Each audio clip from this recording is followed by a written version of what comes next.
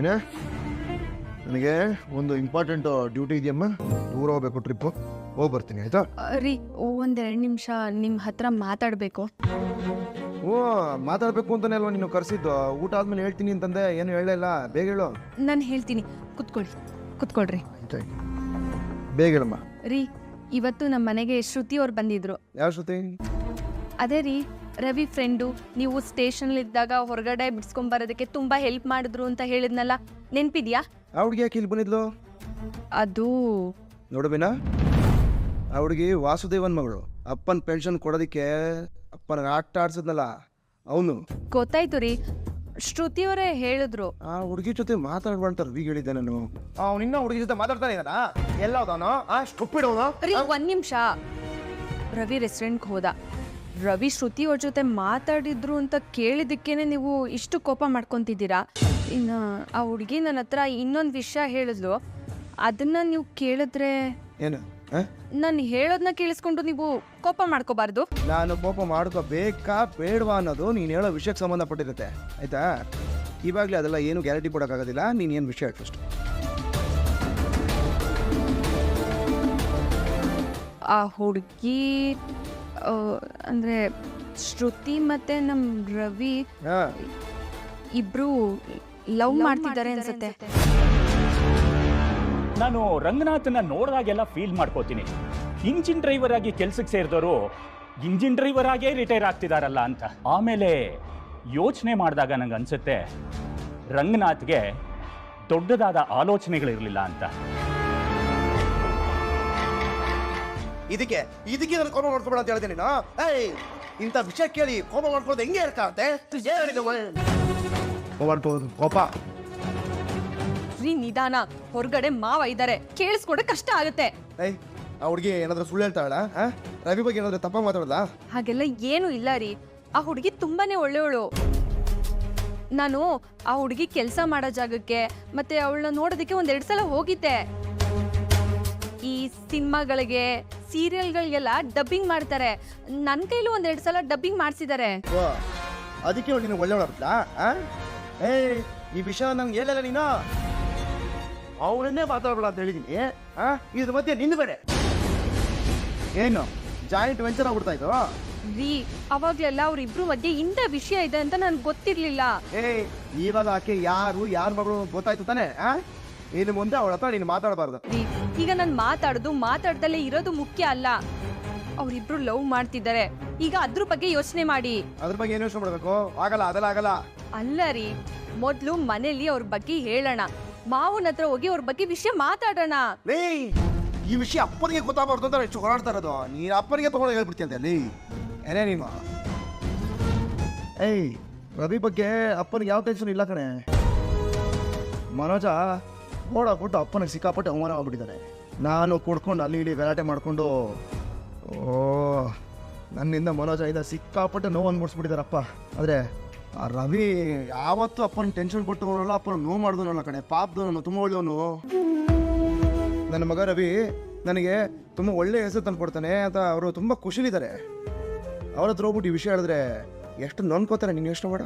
ಸರಿ, ಮಾವಂಗೆ ಈ ವಿಷಯ ಹೇಳೋದ್ ಬೇಡ. ಆದ್ರೆ ಪ್ರೀತಿ ಮಾಡಿದವ್ರನ್ನ ದೂರ ಮಾಡೋದಕ್ಕಿಂತ ಒಂದ್ ಮಾಡೋದು ಒಳ್ಳೇದಲ್ವಾ?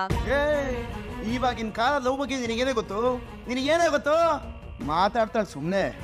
ಬಾಡಿಗೆ ಕಾರು ಆಟಗಳೇ ಸುಮ್ಮನೆ ಬಿಡೋದಿಲ್ಲ. ಎಲ್ಲಂದ್ರೂ ಕುತ್ಕೊಂಡು ಲವ್ ಮಾಡಕ್ಕೆ ಶುರು ಮಾಡ್ಬಿಡ್ತೇವೆ. ಮುಂದೆ ಹೋದ್ರೋಗ್ಲಿ ಬಿಟ್ಬಿಡ ಅಂತ ಅನ್ಕೊಂಡ್ರೆ ಅವ್ರ ಪ್ರೀತಿನೇ ಬಾಡಿಗೆ.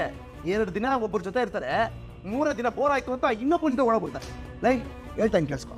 ಆ ರವಿಗೆ ಹೇಳ್ಬಿಡು, ಯಾವುದೇ ಕಾರಣಕ್ಕೂ ಈ ಲವ್ ಗಿವ್ ಅನ್ಕೊಂಡು ಹಿಂದೆ ಹೋದ್ರೆ ಕಾಲು ಮುರಿದ್ಬಿಡ್ತೀನಿ ಅವ್ನಿಗೆ. ಅವ್ನಿಗೆ ಒಂದು ಒಳ್ಳೆ ಹುಡುಗಿನ ತಗೊಂಡು ಮದುವೆ ಮಾಡೋಣ. ಮದ್ವೆ ಅಂದ್ಮೇಲೆ ಅವ್ರದ್ದು ನಿರ್ಧಾರ ಇರುತ್ತೆ ತಾನೆ. ಇಷ್ಟ ಇಲ್ಲ ಅಂದ್ರೆ ನಾವ್ ಹೇಗ್ರಿ ಬಲವಂತ ಮಾಡಿ ಇನ್ನೊಂದು ಹುಡುಗಿನ ಗಂಟಾಕಕ್ಕಾಗತ್ತೆ? ನಾವಿಬ್ರು ಇಷ್ಟಪಟ್ಟು ಮದ್ವೆ ಆದ್ವಾ? ಇವಾಗ ನಾವಿಬ್ರು ಚೆನ್ನಾಗಿಲ್ವಾ? ಎಲ್ರು ನಮ್ ಹಾಗೆ ಸಂತೋಷವಾಗಿರ್ತಾರೆ ಅಂತ ನೀವ್ ಹೇಗ್ರಿ ತಿಳ್ಕೊಂತೀರಾ? ಇಬ್ರು ಇಷ್ಟಪಟ್ಟಿದ್ದಾರೆ, ಮದ್ವೆ ಆಗ್ತೀನಿ ಅಂತ ಅನ್ಕೊಳ್ಳೋದ್ರಲ್ಲಿ ಆಸೆ ಪಡೋದ್ರಲ್ಲಿ ತಪ್ಪೇನಿದೆ? ನೀನು ಅರ್ಥ ಇದ್ದಾಗ ಏನೇನ ಮಾತಾಡ್ತಾ ಇದ್ಯಾ? ನಿನಗೆ ಗೊತ್ತಿಲ್ಲ ಕಣೇ. ಆ ವಾಸುದೇವನ್ ಚಾನ್ಸ್ ಸಿಕ್ಕರೆ ಸಾಕು, ಹೆಂಗಾರ ಮಾಡಿ ಅಪ್ಪನಿಗೆ ಎಕ್ಕಮ್ಗೆ ಅವಮಾನ ಮಾಡ್ಬೇಕು ಅಂತ ಕಾಯ್ತಾ ಇದ್ದ ನಾನು. ನೀನು ಹೋಗಿ ಅವ್ರಿಬ್ರು ಮೊನ್ನೆ ಅವ್ನಿಗೆ ಏನ್ ಮಾಡ್ದ ಗೊತ್ತೇನೆ ನಿಮಗೆ? ಅವ್ನು ಏನ್ ಮಾಡ್ದ ಗೊತ್ತೇನೆ? ಹುಡುಗರನ್ನ ಕಳಿಸಿ ರವಿ ಹೊಡ್ಸಿದಾನೆ. ಹೊಡ್ಸಿದಾರ? ಇದೆಲ್ಲ ಯಾವಾಗಾಯ್ತು? ಹೋದ್ವಾರ. ಅವನ ಟೈಮ್ ಚೆನ್ನಾಗಿತ್ತು. ಹೆಂಗೋ ನಾನು ಆ ಕಡೆಗೆ ಹೋಗ್ತಾ ಇದ್ದೆ, ನನ್ನ ಕಣ್ಣಿಗೆ ಅಕಸ್ಮಾತಾಗಿ ಕಾಣಿಸ್ದ ಅಷ್ಟೇ, ನಾನು ಅವನ್ನ ಕಾಪಾಡ್ಕೊಂಡು ಬಂದೆ. ನಾನಿದ್ರೆ ಅವ್ರ ಅಡಿಗಳು ಅವನನ್ನು ನೋಡಿದ ಆಸ್ಪತ್ರೆಗೆ ಸೇರಂಗೆ ಮಾಡ್ಬಿಡ್ತಾ ಇದ್ರು ನನ್ನ ಮಕ್ಕಳವರು.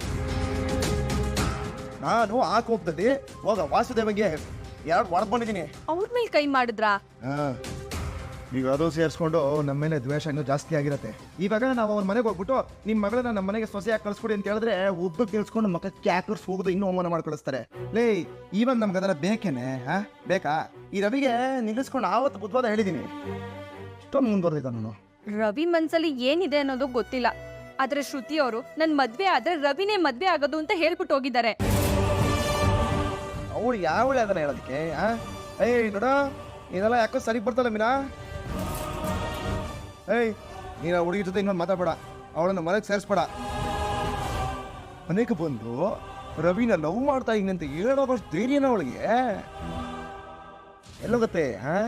ಎಲ್ಲ ಅವ್ರ ಅಪ್ಪನ ಬ್ಲಡ್. ದೊಡ್ಡವರು ನಮ್ಮ ಮರ್ಯಾದೆ ಇಲ್ಲ, ತಿಳುವಳಿಕೆ ಇಲ್ಲ, ಒಂದು ಚೂರು ಗೌರವ ಇಲ್ಲ. ಅಪ್ಪ ಗೊಬ್ಬರ ಹಾಕಿ ಬೆಳೆಸಿರೋ ಮಕ್ಕಳಲ್ಲ ನಾವು, ಬೆವರನ್ನ ರಕ್ತ ಮಾಡಿ ಬೆಳೆಸಿದ್ದಾರೆ. ಯಾವಳೋ ಬಂದು ಅವಳು ನಿರ್ಧಾರ ಹೇಳ್ತಾಳಂತೆ, ನಿರ್ಧಾರ.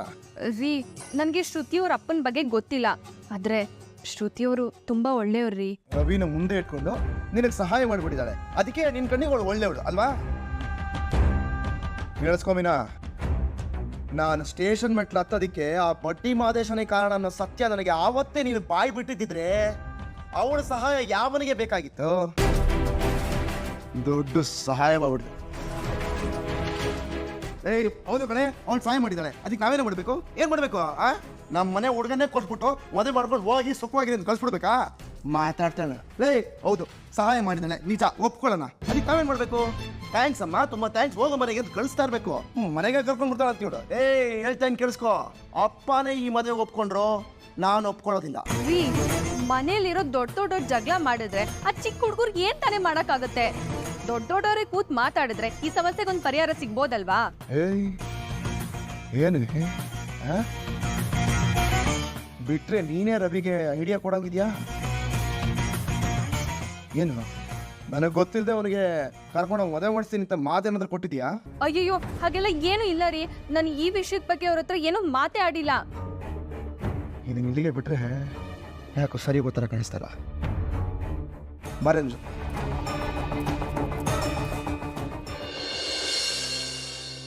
ನನ್ ಮದ್ವೆಗೆ ಹುಡ್ದನ್ ನೋಡೋದಿಕ್ಕೆ ರೈಟ್ಸ್ ನಿಮಗೆ ಯಾರು ಕೊಟ್ಟಿದ್ದು? ಯಾರೇ ಕೊಡ್ಬೇಕು? ನಾವ್ ಹೇಳೋ ಹುಡುಗನ್ನೇ ನಿನ್ ಮದ್ವೆ ಆಗ್ಬೇಕು. ಹಾಗಿದ್ರೆ ನನ್ನ ಅಪ್ಪನ ಹತ್ರ ಹೋಗಿ ಅಮ್ಮಂಗ್ ಡಿವೋರ್ಸ್ ಕೊಡು ಅಂದ್ರೆ ನಾಳೆ ಕೊಟ್ಬಿಡ್ತಾರ ಅಪ್ಪ? ಏನ್ ಮಾತಾಡ್ತಾ ಇದ್ಯೆ? ಕೊಡಲ್ಲ ತಾನೆ. ನೀವಿಬ್ರು ಜೊತೆಲಿ ಇರ್ಬೇಕೋ ಇಲ್ವೋ ಅನ್ನೋದನ್ನ ನೀವ್ ತಾನೇ ಡಿಸೈಡ್ ಮಾಡ್ಬೇಕು. ನನಗ್ ರೈಟ್ಸ್ ಇಲ್ಲ ಅಲ್ವಾ? ಹಾಗೆ ನಾನು ಯಾರನ್ನ ಮದ್ವೆ ಮಾಡ್ಕೋಬೇಕು, ಯಾವಾಗ ಮದ್ವೆ ಮಾಡ್ಕೋಬೇಕು ಅಂತ ಡಿಸೈಡ್ ಮಾಡೋ ರೈಟ್ಸ್ ನನಗ್ ಮಾತ್ರ ಇರೋದು, ನಿಮಗಿಲ್ಲ. ಶ್ರುತಿ, ಸ್ವಲ್ಪ ತಾಳ್ಮೆ ಇರಲಿ, ನಿನಗೂ ಮದುವೆ ವಯಸ್ಸಾಗಿದೆ. ಇನ್ನು ಎಷ್ಟು ದಿನ ಮದುವೆ ಬೇಡ ಅಂತ ಮುಂದಕ್ಕೆ ಹಾಕ್ತೀಯಾ? ನಿನಗೂ ರಾಜ್ಗೂ ಮದುವೆ ಫಿಕ್ಸ್ ಮಾಡಿದೀವಿ, ಎಲ್ಲ ಮಾತಾಡೇ ಬಂದಿದ್ದು. ನನ್ ಪರ್ಮಿಷನ್ ಇಲ್ಲದೆ ನೀವು ನನ್ನ ಮದ್ವೆ ಹೇಗ್ ಫಿಕ್ಸ್ ಮಾಡ್ತೀರಾ? ನಂಗೆ ಈ ಮದ್ವೆ ಬೇಡ ಡ್ಯಾಡಿ. ಮದ್ವೆನೇ ಬೇಡ್ವಾ ಅಥವಾ ರಾಜ್ ಜೊತೆ ಮದ್ವೆ ಬೇಡ್ವಾ? ನೀನ್ ಯಾಕೆ ಹೀಗ್ ಮಾತಾಡ್ತಿದ್ಯಾ ಅಂತ ನನಗೆ ಗೊತ್ತು ಕಣೆ. ಆ ರಂಗನಾಥ್ ಮಗನ್ ಜೊತೆ ತಾನೆ ನೀನ್ ದಿನ ಸುತ್ತಾಡ್ತಾ ಇರೋದು? ಹೌದು. ಏನಿವಾಗ? ನಿಂಗೆ ಎಷ್ಟೆಲ್ಲ ಹೇಳ್ಬೇಕೆ? ಆ ರಂಗನಾಥ್ ನಿಮ್ಮ ಅಪ್ಪಂಗೆ ಅವಮಾನ ಮಾಡಿ ಕೋರ್ಟ್ ಬಿಡ್ಲ ಅಂತ ಹಾಗೆ ಮಾಡಿದಾನೆ. ಅವ್ರ ಮಗನ್ ಜೊತೆ ನಿನ್ಗೇನೆ ಸ್ನೇಹ? ಅಂಡ್ ನಾನು ತುಂಬಾ ಸಲ ಹೇಳಿದ್ದೇನಮ್ಮ, ನಿಮ್ ಜಗಳಕ್ಕೂ ನನಗೂ ಯಾವ್ದೇ ತರ ಸಂಬಂಧ ಇಲ್ಲ ಅಂತ. ಆದ್ರೆ ನಿನ್ಗೂ ನಿಮ್ಮ ಅಪ್ಪನ್ಗೂ ಸಂಬಂಧ ಇದೆ ತಾನೆ? ನಿಮ್ಮ ಅಪ್ಪನ್ಗೆ ಯಾವನೋ ಒಬ್ಬ ಅವಮಾನ ಮಾಡಿದ್ರೆ ನಿನ್ಗೇನು ಅನ್ಸಲ್ವೇನೆ? ನಿಮ್ ತಂದೆಗಿಂತ ನಿನಗೆ ಆ ಹುಡುಗನೇ ಹೆಚ್ಚಾ? ಏನು ಅವನನ್ನ ಲವ್ ಮಾಡ್ತಿದ್ಯಾ? ಇಡೀ ದಿನ ನೀನು ಅವನ ಜೊತೆ ಮಾತಾಡೋದು ಸುತ್ತಾಡೋದು ನಮಗ್ ಗೊತ್ತಿಲ್ಲ ಅನ್ಕೊಂಡಿದ್ಯಾ? ನಾವ್ ನಿನ್ಗೆ ಎಷ್ಟು ದೊಡ್ಡ ಮನೆ ಸಂಬಂಧ ನೋಡಿದೀವಿ ಗೊತ್ತಾ? ಆದ್ರೆ ನೀನ್ ನೋಡಿದ್ರೆ ಹೋಗಿ ಹೋಗಿ ಒಬ್ಬ ಮಿಡಲ್ ಕ್ಲಾಸ್ ಹುಡ್ಗ, ಅದು ಅಡ್ಗೆ ಮಾಡೋನು. ಅವನು ಶೆಫ್. ಮನೆ ಕೆಲಸದವ್ರನ್ನ ಹೌಸ್ ಕೀಪರ್ಸ್ ಅಂತಾನೆ ಕರೆಯೋದು. ಡೆಸಿಗ್ನೇಷನ್ ಬದಲಾದ ತಕ್ಷಣ ಡಿಗ್ನಿಟಿ ಬದಲಾಗಲ್ಲ ಕಣೆ. ಅವ್ನು ನಿಜವಾಗ್ಲೂ ನಿನ್ನ ಲವ್ ಮಾಡ್ತಿದ್ದಾನೆ ಅನ್ಕೊಂಡ್ಯಾ? ಖಂಡಿತ ಇಲ್ಲ. ಆ ರಂಗನಾಥ್ ನಿಮ್ಮ ಅಪ್ಪನ ಮೇಲೆ ಸೇಡ್ ತೀರ್ಸ್ಕೊಳಕೋಸ್ಕರ ಅವ್ರ ಮಗನ ನಿನ್ ಹಿಂದೆ ಬಿಟ್ಟಿರೋದು. ನಿಮ್ಮ ಇಮ್ಯಾಜಿನೇಷನ್ಗೆಲ್ಲ ನನ್ನ ಕೈಲಿ ಆನ್ಸರ್ ಮಾಡಕ್ ಆಗಲ್ಲ. ಫಸ್ಟ್ ಆಫ್ ಆಲ್ ನನ್ನ ಪರ್ಮಿಷನ್ ಇಲ್ಲದೆ ನನ್ನ ಮದುವೆ ಫಿಕ್ಸ್ ಮಾಡಿರೋ ನಿಮ್ಮ ತಪ್ಪು. ನಮ್ಮ ಪರ್ಮಿಷನ್ ಇದ್ದೆ ಲವ್ ಮಾಡಿದ್ದು ನಿನ್ ತಪ್ಪಲ್ವಾ? ಯಾವ ತಪ್ಪು ಇಲ್ಲಪ್ಪ. I M major. ಹಾ, ದೊಡ್ಡ ಆರ್ಮಿ ಮೇಜರ್ ನೀನು. ಇಷ್ಟು ದಿನ ನೀನು ಹೇಳ್ದಂಗೆಲ್ಲ ನಡೆದಿದ್ದಾಯ್ತು, ಇನ್ಮೇಲೆ ಹಾಗೆಲ್ಲ ನಡೆಯಲ್ಲ. ಶೀಲಾ, ಅವಳಿಗೆ ನಿಧಾನಕ್ಕೆ ಹೇಳಿದ್ರೆ ಅರ್ಥ ಆಗುತ್ತೆ. ನೋಡಮ್ಮ, ನಿನ್ನೊಳ್ಳೇದಕ್ಕೆ ಇದೆಲ್ಲ ಮಾಡ್ತಾ ಇರೋದು. ನೋಡು, ನಿಶ್ಚಿತಾರ್ಥನೂ ಆಗಿದೆ.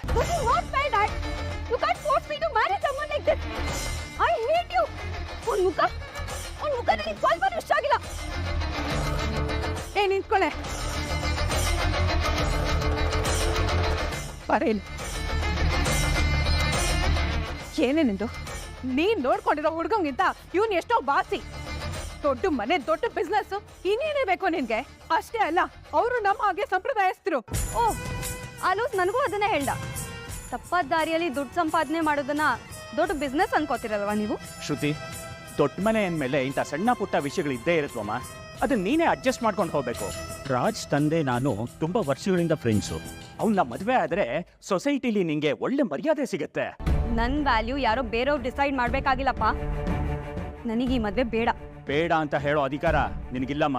ಡ್ಯಾಡ್, ಇಲ್ಲಿವರೆಗೂ ನನಗೇನು ಇಷ್ಟನೋ ಅದನ್ನೇ ಮಾಡ್ತಿದ್ರಿ. ನಾನು ಸಿಟಿಲಿ ಇರಬೇಕು ಅಂತ ಆಸೆ ಪಟ್ಟಿದ್ದಕ್ಕೆ ನೀವು ಟ್ರಾನ್ಸ್ಫರ್ ತಗೊಂಡು ಬಂದ್ರಿ. ಅದೇ ಈ ವಿಷಯದಲ್ಲಿ ನನಗೆ ಇಷ್ಟ ಆಗದೆ ಇರೋದನ್ನ ಮಾಡು ಅಂತ ಹೇಳ್ತಿದ್ರಲ್ಲ, ಯಾಕೆ ಡ್ಯಾಡ್? ಇಷ್ಟು ದಿನ ನಿನಗೇನು ಇಷ್ಟ ಆಗಿತ್ತೋ ಅದನ್ನ ಮಾಡಿದೆ. ಈಗ ನಿನಗೇನು ಒಳ್ಳೇದೋ ಅದನ್ನ ಮಾಡ್ತೀನಿ. ನಿನಗೆ ಒಳ್ಳೆ ಜೀವನ ಕಟ್ಕೊಡ್ಬೇಕು ಅಂತಾನೆ ನಾ ಈ ನಿರ್ಧಾರ ತಗೊಂಡಿರೋದು. ಅದನ್ನ ಮಾತ್ರ ನೀನ್ ಮನಸ್ಸಲ್ಲಿ ಇಟ್ಕೋ. ನನಗೆ ಅವ್ನು ಇಷ್ಟ ಆಗಿಲ್ಲ ಡ್ಯಾಡ್. ಅದ್ ನಿನಗೆ ಬೇಡ. ನಿನ್ನ ಮದುವೆಗೆ ಡೇಟ್ ಫಿಕ್ಸ್ ಮಾಡಾಗಿದೆ. ಅದಕ್ಕೆ ಒಳ್ಳೆ 5 ಸ್ಟಾರ್ ಹೋಟ್ಲ್ ಕೂಡ ಬುಕ್ ಮಾಡಿದ್ದೀನಿ. ಎಲ್ಲ ತಯಾರಿನೂ ನಡೀತಾ ಇದೆ. ಡ್ಯಾಡ್, ನಾನು ಹೇಳೋದನ್ನ ಸ್ವಲ್ಪ ಕೇಳಿ ಪ್ಲೀಸ್. ಇಷ್ಟೆಲ್ಲ ಆದ್ಮೇಲೆ ನಿನ್ ಮಾತನ್ನ ಕೇಳೋ ಪ್ರಮೇಯನೇ ಇಲ್ಲ ಕಣೆ. ನಾಳೆ ರಾಜ್ ನಮ್ಮ ಮನೆಗೆ ಬರ್ತಿದ್ದಾನೆ. ಅವನ ಜೊತೆ ಹೋಗಿ ಮದ್ವೆಗೆ ಬೇಕಾಗಿರೋ ಬಟ್ಟೆನೂ ಒಡವೆ ತಗೊಂಡ್ ಬಾ. ಇನ್ನು ಮುಂದೆ ನೀ ಡಬ್ಬಿಂಗ್ ಮಾಡೋದು ಬೇಡ. ಡ್ಯಾಡ್, ಅದನ್ನ ಒಂದು ಹಾಬಿ ಅಂತಾನೆ ನೀ ಮಾಡ್ತಾ ಇದ್ದೆ. ಅದು ಅಳಿಯಂದ್ರಿಗೆ ಇಷ್ಟ ಆಗ್ತಿಲ್ಲ. ಅದನ್ನ ಬಿಟ್ಬಿಡು ನೀನು. Dad please dad. ಸುಸ್ತಾಗಿರ್ತೀಯಾ? ಹೋಗಿ ರೆಸ್ಟ್ ಮಾಡು.